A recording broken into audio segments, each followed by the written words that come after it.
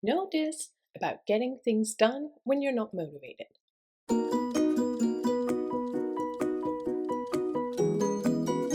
I've been a psychologist for 8 years, and this is what I know.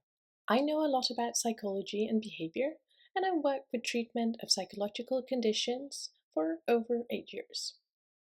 One of the topics that I often come by is motivation. Or, in fact, it's not motivation, it's demotivation.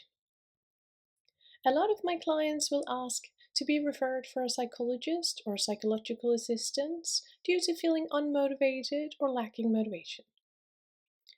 When I see a client with this problem, they're often concerned and worried and stressing about how to get things done. Often I'll help them understand how this problem arose and what's maintaining it, so they know what's going on with them. If you're interested in some of my knowledge about this and what I tell my clients, then check out the first video I did in the series about getting things done when you're not motivated, or the video about what to do when you're not motivated in the morning. After having spoken to my client about this, I'll help them with tackling their problem. Most often, lacking motivation will require some work on balancing mental health. One of the pillars in restoring mental health or balancing our minds, or one of the 4 basics, are called do enough. This means that when we're struggling with demotivation, one of the things we need to keep in mind is to not become too passive. Often, when we're demotivated or lacking motivation, we'll feel strong urges to give up and go lie down and do nothing. The problem with this behavior is twofold. One is that being too passive, for example, not doing enough, will lead to our mind continuing to be unstable, and that will likely continue struggling emotionally as well. Another problem is that we end up not getting the things done that we need to. Of course, there are many things to say about having too many to-dos or perfectionism, and that Marie Kondoing your to-do list would be a good thing. But there are also things that we need to get done to make life work every day. If we don't get the things done, we'll often end up with some symptoms of helplessness or hopelessness and feel a bit depressed. So the way out of lack of motivation is actually getting things done. It's not all of the way, but it is often the second tier in my treatment of clients with this problem. The first tier is self-understanding and trying to prevent it from happening again in the future. So, having the skill to be able to get things done while suffering from lack of motivation is important. As there are so many different tasks in life, this means that there also needs to be different strategies. There's likely no one-size-fits-all solution, but instead there are many, each for different purposes. I've therefore made multiple videos on the different strategies in my playlist. Today's strategy or hack of how to get things done when you're not motivated is called just get it over and done with. I use this strategy myself when I have a task on my list that I don't want to do.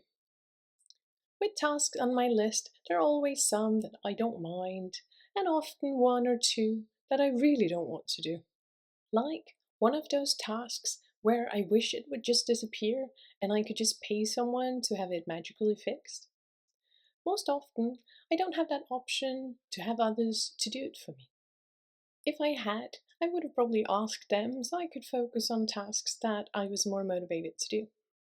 But when I come to the conclusion that there's no other way around it and that this task is mine and that I have to do it, I use this strategy.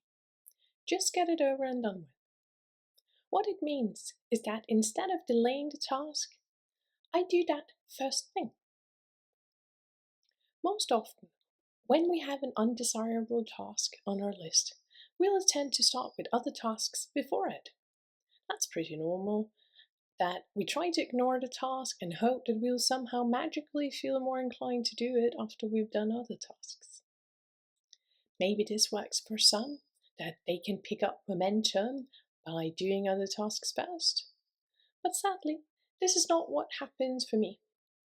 Instead, I will feel even less motivated to do the task or the same demotivated to do it. And this has good reason. When we procrastinate or delay doing a task that we find undesirable, we'll often continue thinking about it in our mind. If we push the task for later, we'll still be aware that it's on the list, and we might end up spending a lot of energy holding the task in our mind. Imagine how it would feel if someone stood next to us all day, nagging us about the thing we didn't do yet. This is often how it can feel when we're procrastinating. This can drain out our energy and make the task seem even more daunting, and often it will lead us to feel even less inclined to want to do it. Some will also experience that they delay it so much that they end up having to do the task last minute. This often leads them to having to do the thing under massive discomfort and stress. Doing the things last minute is a strategy that I often hear my clients use. Or, well, they use it before coming to my clinic in desperation. Dealing with lack of motivation by doing things last minute and getting things done solely running on mega adrenaline or stress over the critical timing is problematic in several ways. A quick list of the problems I, as a psychologist, have with this strategy is that it does not work to restore motivation. Even if you end up completing the task, you will have often suffered so much that you will likely fear the task next time and thus continue your problems with motivation. Another problem is that it's stressing you out, and that stress leads to problems with motivation, so you're just maintaining your problem. A third is that it exhausts you and likely takes away energy from other things that you also needed to get done. Another is that not doing a task before last minute means that you'll have had a long time where you've been ruminating and stressing about it. Stressing in our mind about the to-do is sure to drain out our energy and keep our motivation low. Also, doing a thing last minute while being super stressed often leads to poor results, performance-wise. When you're stressed out, you're likely to not be able to access your normal overview skills, and you're likely not be able to retain as much learning from the task that you were doing.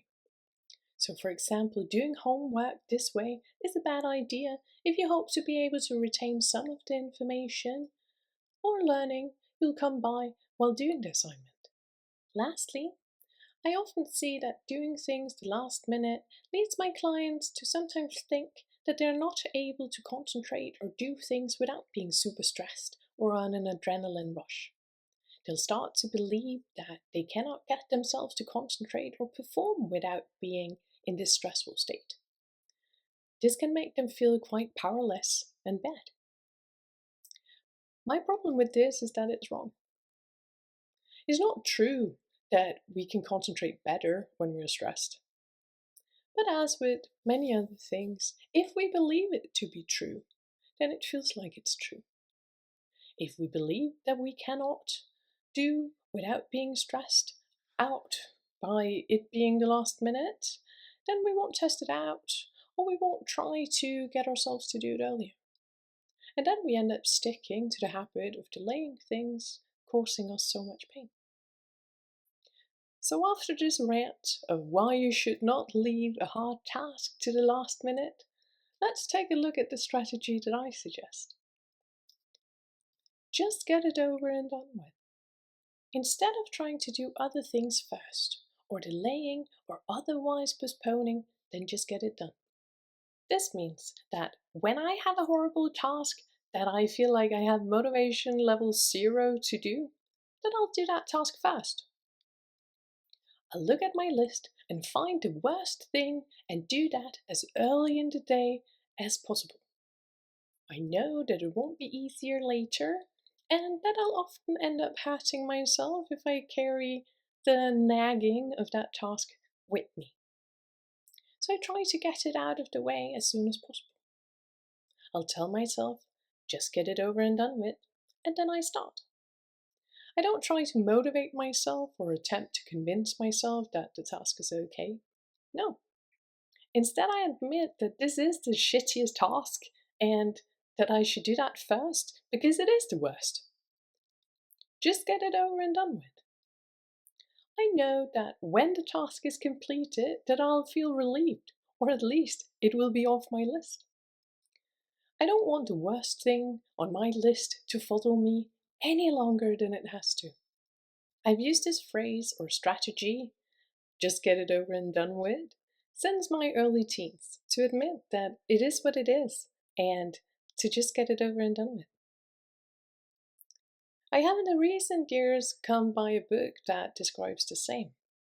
The book calls it To Eat the Frog, giving the example of if you know you have to eat a frog, then you better do it in the morning so you don't have to dread it for the rest of the day.